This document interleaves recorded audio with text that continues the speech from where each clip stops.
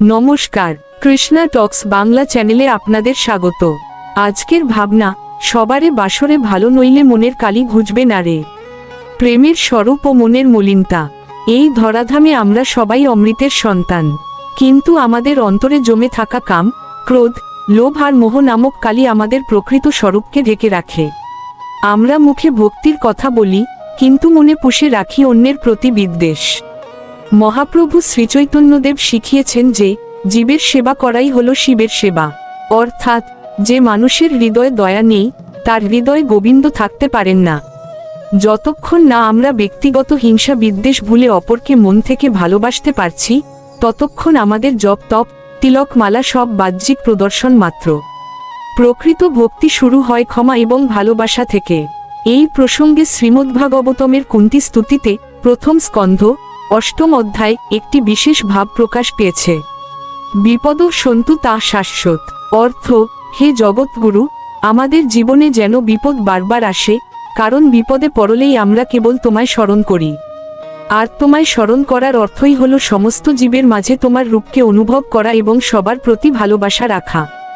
জীবসেবা ও মন্দিরের শিক্ষা। ভারতের প্রখ্যাত মন্দিরগুলোর দিকে তাকালে আমরা দেখি, সেখানে শুধু পাথরের বিগ্রহ পূজা হয় না, বরং সেখানে চলে নিরন্নকে অন্নদান ও আর্তের সেবা। উদাহরণস্বরূপ পুরীর শ্রীজগন্নাথ ধামের আনন্দ বাজার এর কথা ভাবুন। সেখানে জাতি, ধর্ম, ধনী বা দরিদ্রের কোনো ভেদাভেদ নেই। রাজা এবং প্রজা একই মাটির পাত্রে বসে মহাপ্রসাদ গ্রহণ করেন। এই পবিত্র প্রথা আমাদের শেখায় যে পরমেশ্বরের কাছে আমরা সবাই সমান। আপনি যদি বাইরে মানুষের সাথে দুর্ব্যবহার করেন আর ভেতরে গিয়ে ভগবানকে ডাকেন, তবে সেই ডাক তার কানে পৌঁছাবে না। কারণ যদি আপনার মনে মানুষের প্রতি ঘৃণা থাকে, তবে মন্দিরের বিগ্রহে সেই পরম করুণাময়কে খুঁজে পাওয়া অসম্ভব। শ্রীমদ্ভাগবতের একাদশ স্কন্ধে বলা হয়েছে, যত্র জীব তত্র শিব। অর্থ, যেখানেই জীবন আছে সেখানেই পরমাত্মার বাস। প্রতিটি জীবন্ত সত্তার ভেতরেই ভগবান পরমাত্মা রূপে বিরাজ করছেন। তাই জীবকে অবজ্ঞা করে ঈশ্বরকে পাওয়া অসম্ভব। জীবকে ভালোবাসলেই প্রকৃত ঈশ্বর সেবা সম্পন্ন হয়। প্রকৃতির দর্পণ ও মানবিকতা। প্রকৃতির দিকে তাকালে আমরা এক অদ্ভুত ত্যাগের মহিমা দেখতে পাই। একটি বৃক্ষ যেমন তাকে কুঠার দিয়ে আঘাতকারীকেও ছায়া দেয় এবং সুমিষ্ট ফল দেয়, আমাদের জীবনও তেমন হওয়া উচিত। বৃক্ষ আমাদের শেখায় পরম সহিষ্ণুতা। মায়াপুরের ইস্কন মন্দিরে গেলে এক অদ্ভুত দৃশ্য দেখা যায়। সারা বিশ্বের বিভিন্ন দেশ, বর্ণ এবং ভাষার মানুষ এক সুরে, এক তালে সংকীর্তন করছে। সেখানে কার কি ভাষা তা বড় কথা নয়, বড় কথা হলো হৃদয়ের টান। এই একতাই হলো মনের কালি ধুয়ে ফেলার একমাত্র সাবান। যতক্ষণ না আমরা আকাশের মতো উদার হতে পারছি, ততক্ষণ আমাদের সংকীর্ণতা কাটবে না।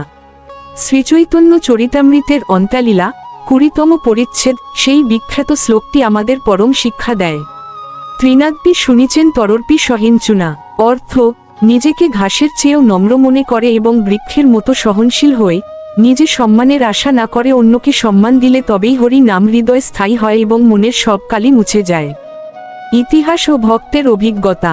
ইতিহাস সাক্ষী আছে, যখনই মানুষ অহংকারে মত্ত হয়েছে, তখনই তার পতন ঘটেছে। শ্রীমদ্ভগবদ্গীতায় কুরুক্ষেত্রের যুদ্ধে অর্জুন যখন বিষাদগ্রস্ত ছিলেন, তখন ভগবান তাকে কর্মের মাধ্যমে প্রেমের পরম শিক্ষা দিয়েছিলেন। তিনি শিখিয়েছিলেন যে আততায়ীকেও বিচার করতে হয় ধর্মের মানদণ্ডে, কিন্তু হৃদয়ে কোনো ব্যক্তিগত ঘৃণা বা বিদ্বেষ রাখা উচিত নয়। আমাদের মনের আসল কালি হলো আমাদের আমি বা মিথ্যা অহংকার। এই অহংকারই আমাদের বিভেদ করতে শেখায়। ভক্ত যখন নিজেকে ভগবানের চরণে সঁপে দেয়, তখন সে সবার মাঝে তার প্রিয়তম ইষ্টকেই দেখতে পায়। শ্রীমদ্ভগবদ্গীতার দ্বাদশ অধ্যায়ের ভক্তিযোগ 13 নম্বর শ্লোকে ভগবান বলছেন, অদ্দেষ্টা সর্বভূতানাং মৈত্র করুণ এবচ। অর্থ, যিনি কোনো প্রাণীকে দ্বেষ করেন না, সবার বন্ধু এবং অত্যন্ত করুণাময়, সেই ভক্তই আমার পরম প্রিয়। অর্থাৎ মনে কালি নিয়ে ভক্তি হয় না, ভক্ত হতে গেলে সবার প্রতি মমতা থাকতে হয়। বাস্তব জগতের অভিজ্ঞতা ও মন্দিরের কার্যক্রম। বর্তমানে দক্ষিণেশ্বর বা বেলুর মঠের মতো পবিত্র স্থানে গেলে আমরা দেখি কিভাবে সেবার মাধ্যমে আধ্যাত্মিকতা চর্চা করা হয়। স্বামী বিবেকানন্দ বলেছিলেন, আত্মনো মোক্ষার্থম জগদ্ধিতায় চ, অর্থাৎ নিজের মুক্তির সাথে সাথে জগতের হিতের জন্য কাজ করতে হবে। আপনি যদি আপনার প্রতিবেশীর চোখের জল না মুছতে পারেন, তবে মন্দিরে গিয়ে বিগ্রহকে চন্দন দিয়ে সাজানো কেবল একটি সামাজিক অভিনয়। বাস্তব জীবনে আমরা যখন কোনো ক্ষুধার্তকে অন্ন দিই বা কোনো বিপদে পড়া মানুষকে নিঃস্বার্থভাবে সাহায্য করি, তখন হৃদয়ে যে গভীর প্রশান্তি আসে, সেটিই হলো মনের কালি ঘুচে যাওয়ার প্রকৃত লক্ষণ। হিতোপদেশের নীতিবাক্যে পরম সত্য বলা হয়েছে, পরোপকারায় ফলন্তি বৃক্ষা। অর্থ, পরোপকারের জন্যই বৃক্ষ ফল দান করে, নদী তার জল বিলিয়ে দেয় এবং গাভী দুগ্ধ দান করে। ঠিক তেমনি একজন মানুষের সার্থকতাও কেবল তার নিজের জন্য নয়, বরং অন্যের উপকারের মধ্যেই নিহিত। মায়ার বন্ধন ও অমরত্বের পথ। শ্রীমদ্ভগবদ্গীতার 2য় অধ্যায় ভগবান আমাদের আত্মার অমরত্বের কথা স্মরণ করিয়ে দিয়েছেন। আমরা এই দেহের মোহে পড়ে অন্যের সাথে বিবাদে জড়াই, অথচ এই দেহ নশ্বর। পৃথিবীর সবচেয়ে বড় আশ্চর্য হল, আমরা প্রতিদিন আমাদের চারপাশে মানুষের মৃত্যু দেখছি, তবুও মনে করি আমরা চিরকাল বেঁচে থাকব। এই মাই আমাদের মনের কালি বাড়ায়। অমরত্বের তৃষ্ণা তখনই মিটবে যখন আমরা নশ্বর শরীরের মোহ ত্যাগ করে অবিনশ্বর আত্মার আত্মীয় হিসেবে সবাইকে আপন করে নেব। তখনই আমাদের যাত্রা শুরু হবে অন্ধকার থেকে আলোর দিকে। বৃহদারণ্যক উপনিষদে এই চিরন্তন প্রার্থনাটি পাওয়া যায়, অসত মা সদ্ভয়, তমস মা জ্যোতির্গময়। অর্থ, হে পরমেশ্বর, আমায় অসত্য থেকে সত্যে নিয়ে যাও, অজ্ঞানতার অন্ধকার থেকে জ্ঞানের আলোতে নিয়ে যাও এবং মৃত্যু থেকে অমরত্বের পথে চালিত করো। উপসংহার। পরিশেষে বলা যায়, ভক্তি কোনো কঠিন ব্যাকরণ বা শাস্ত্রীয় বিতর্ক নয়, ভক্তি হলো এক সরল এবং পবিত্র বিশ্বাস। যতক্ষণ মনের কোণে কুটিলতা বা শঠতা থাকবে, ততক্ষণ হৃদয় কৃষ্ণ প্রেমের উদয় হবে না। ত্যাগের আনন্দ ও মনের শুদ্ধি। মনের গভীরে লুকিয়ে থাকা স্বার্থপরতাই হলো প্রকৃত কালী। আমরা প্রায়ই ভাবি, আমার কি লাভ? কিন্তু সনাতন ধর্ম আমাদের শেখায় ত্যাগের মহিমা। রাজা রন্তিদেবের কথা ভাবুন, যিনি নিজে ক্ষুধার্ত থেকেও তার শেষ সম্বলটুকু এক ক্ষুধার্ত পথচারীর মুখে তুলে দিয়েছিলেন। তিনি সবার মাঝে পরমাত্মাকে দেখেছিলেন। শ্রীমদ্ভগবদ্গীতার 3য় অধ্যায় ভগবান শ্রীকৃষ্ণ বলেছেন যে, যারা কেবল নিজের জন্য রান্না করে বা নিজের ভোগের কথা ভাবে, তারা আসলে পাপ ভক্ষণ করে। মনের কালি ধুয়ে ফেলার উপায় হল নিজের ক্ষুদ্র স্বার্থ ত্যাগ করে পরের মঙ্গলে নিজেকে নিয়োজিত করা।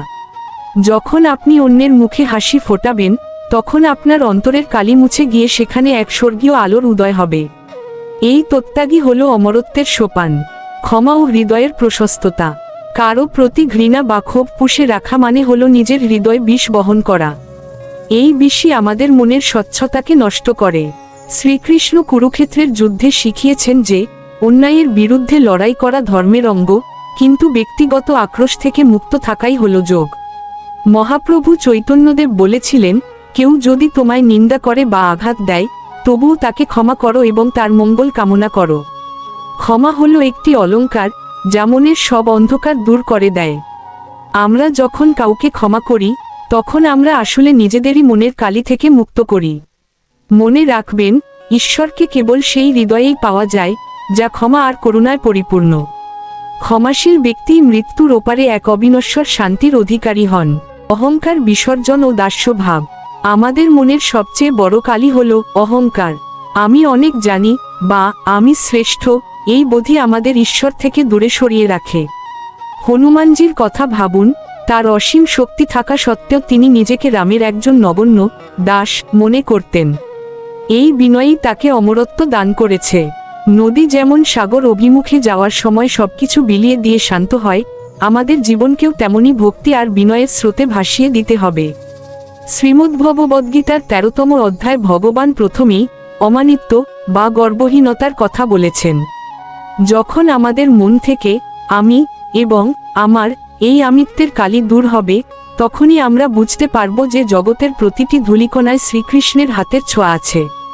বিনয়ই হল মায়ার বন্ধন কাটার প্রধান অস্ত্র।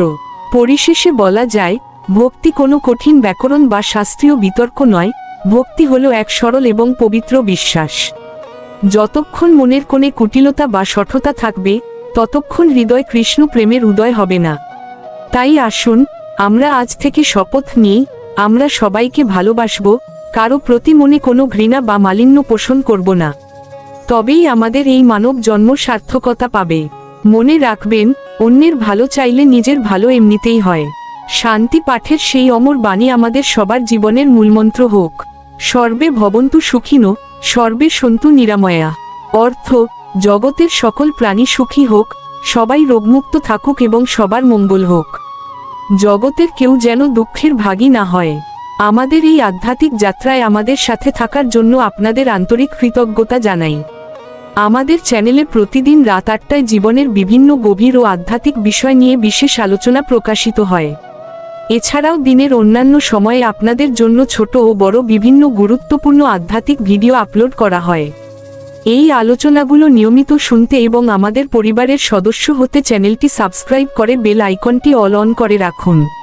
আপনার একটি লাইক এবং কমেন্ট আমাদের আরও অনুপ্রাণিত করবে। সবাই ভালো থাকুন, সুস্থ থাকুন। হরে কৃষ্ণ। বিনম্র নিবেদনে শ্রী মিলন দেবনাথ, কৃষ্ণা টক্স বাংলা।